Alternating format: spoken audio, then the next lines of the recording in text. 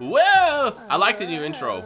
Well, like the fourth intro is probably one of my favorite intros out of Dragon Ball. Not intro. It's outros in a long time. I mean, it's kind of hard to also say because there's obviously been a lot of outros that I'm not thinking of right now, but it's a really good outro and it's always stuck in my head. Yeah. What is going on, my Super Sandwiches? We're also here with Kiribug for another Dragon Ball Super discussion. Episode 38 was freaking awesome. And it's quite a lot to talk about. Woo! A lot to talk about. I know you got a lot to say too about the whole situation with the fight against Vegeta versus Hit, but we have Vegeta versus Hit, the strongest fighter in Universe 6, and the trickiest, I should say.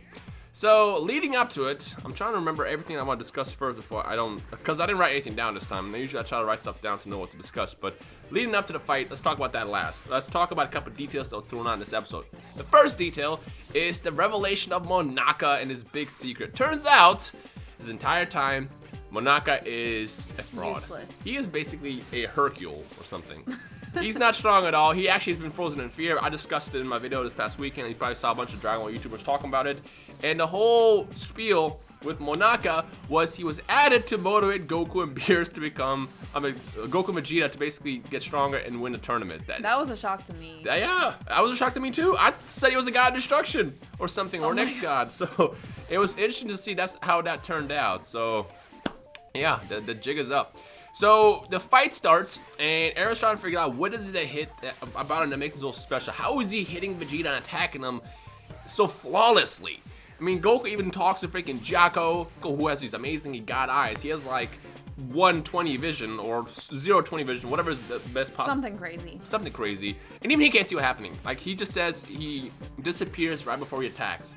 Turns out, according to the Galactic King, that Hit is using a technique known as Tokitobashi. And to those who remember the Xenoverse, Toki means time. Well, Toki means time, and Toki is the bird in Xenoverse, so that's where that word comes from. Tokitobashi means time leap.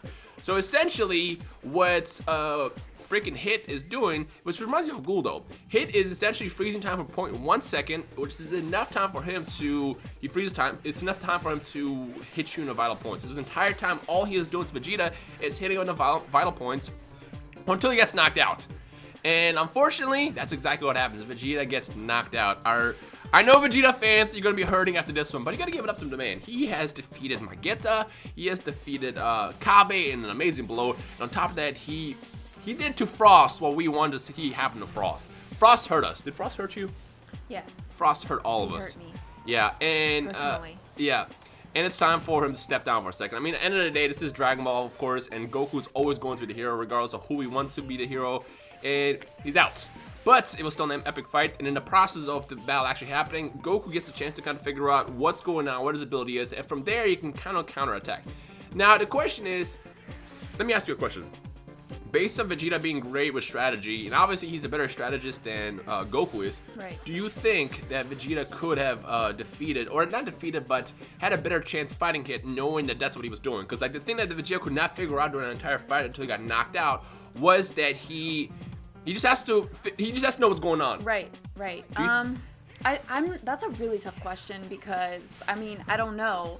But I do think that if he had known exactly what was going on and that it was like 0.1 second, like maybe he could have like come up with that counter. But at the same time, I think even though he's a strategist and everything, and you know, he thinks a little more clear. Well, no, he doesn't think more clearly than Goku. That's his one weakness. Yeah, because his ego gets in the way of the fact that he knows he's a strategist. He knows he's smart.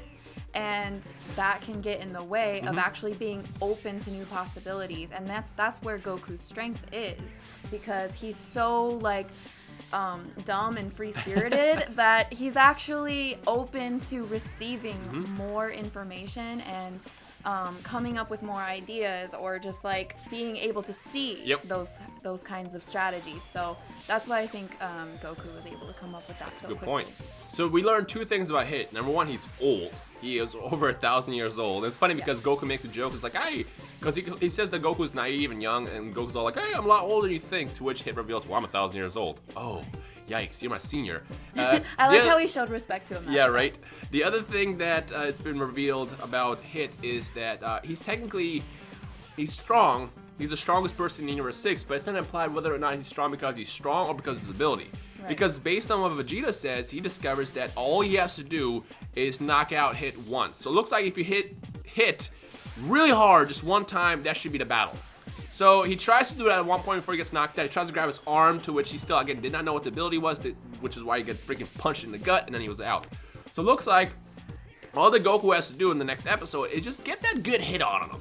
Get that good hit on Hit, and then he should be able to win the fight. Right, because you would imagine that Hit has never really been hit. Yeah. Like before, ever. So unless you know his ability, it's like you can't hit him. So. Yeah, you can't hit unhittable you can't hit him. Whis also reveals at some point that he has never let his target escape, so he's got a pretty good record. Also, Whis knows how to counteract counterattack the Tokitobashi technique, but he won't tell him because he wants this to be perfect training for Goku. This reminds me a lot of Dragon Ball when Master Roshi was training Krillin and Goku, so I like seeing that. Even the whole Monaka thing and the whole Jackie Chun thing.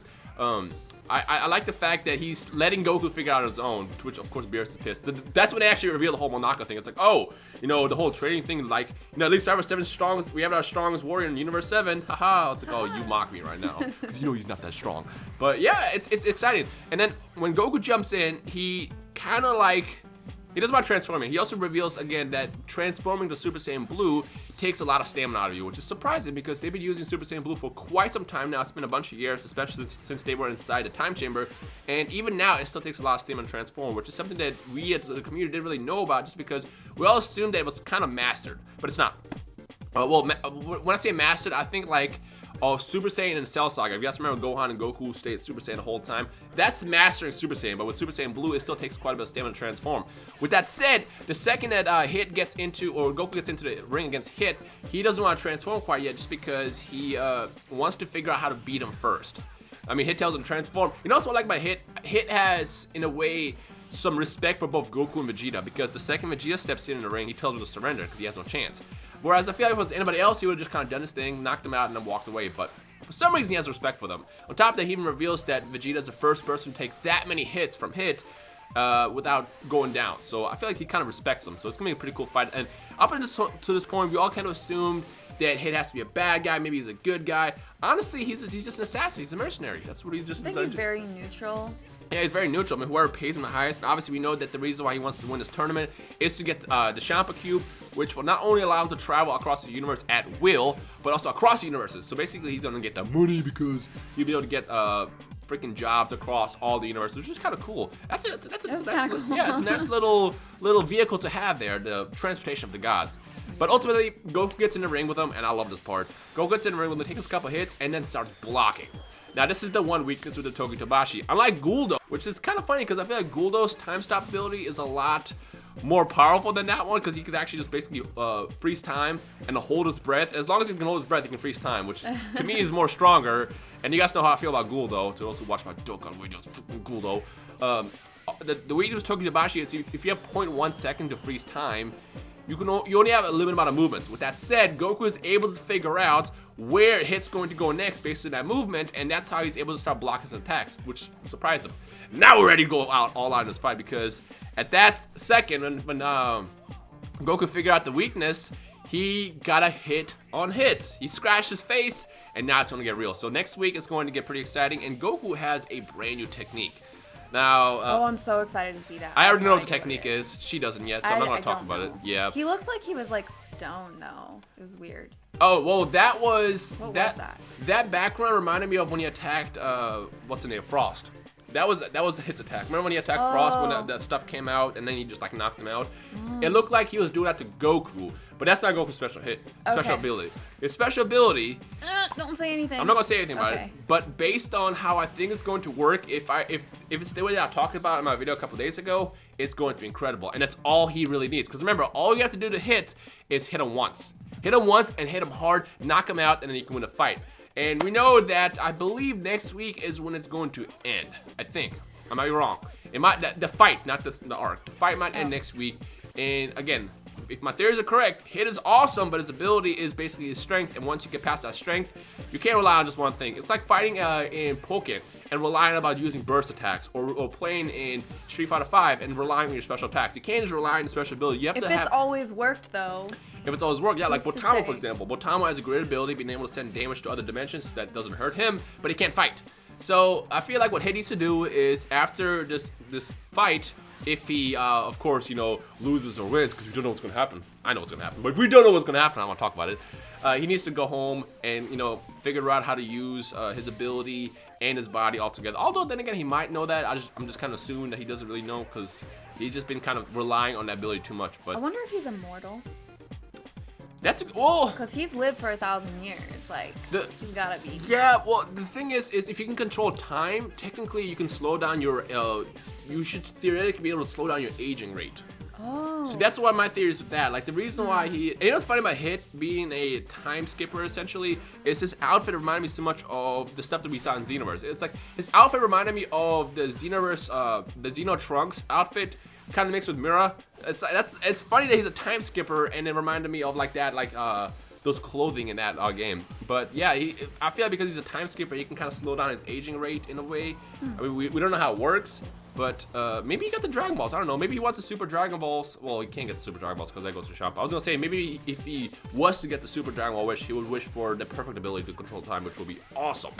But other than that, it was awesome. Animation was freaking amazing. I love Tate's stuff because he has such fluid animation. The artwork can get iffy at times, which it did in this episode, maybe like 2 or 3 times. But overall, the fluidness of the animation was just awesome. And I cannot wait for next week to see the possible finale. I don't know if it ends next week or not, but like I said, all Goku has to do is get one good hit on him. Now, the question I want to ask you guys, because I already saw the Vegeta fans, as well as the Gohan fans, and the Monaka fans, the Beerus fans, whatever fans, kind of freak out about this. How do you guys feel about the fact that Goku is the one who basically discovered the weakness instead of Vegeta? But like I said, I made a good point. She made a good point, is the fact that Goku technically got the hint of what he was doing, which is how he was able to counterattack. On top of that, Goku's weakness isn't what Vegeta's is. He can think a lot more clearly in a fight because Goku's weakness in this situation is he lets his guard down. And in this situation, he probably won't let his guard down because he knows that Hit's kind of a crazy warrior.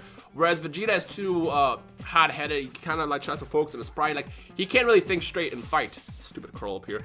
He can't think straight in a fight, which is why ultimately he lost. But how do you guys feel about the fact that Goku is the one to figure this out? Let me know your thoughts in that comment section below. But yeah, that's anything. You want to say anything else? That's it. I feel like I'm forgetting a couple details, but it happens all the time. If I forgot to talk about anything, just feel free to drop in a comment below. But other than that, I guess let's stay tuned for next week, Saturday/Sunday. It's going to get exciting. I cannot wait to see what the secret technique is. To those who do already know it, please try not to talk about it in the comment section below because I don't want to be spoiled for people who have not seen the episode preview and title leaks the other day. But I'm excited. It's going to be awesome. So yeah. Anyways, if you're hyped about Dragon Ball Super, if you enjoyed today's episode, make sure you push that like button below. My camera's kind of lagging right now, and I can't tell if it's going to be lagging in the video or not, but whatever. If it is, Buster did it. Hashtag Buster did it. Anyways, I hope you guys enjoy the rest of the day. My name is Rhymestyle and Kirabug, and we'll see you guys in the comment section below. Bye. Peace. I don't know what this was. This is what new. Bye.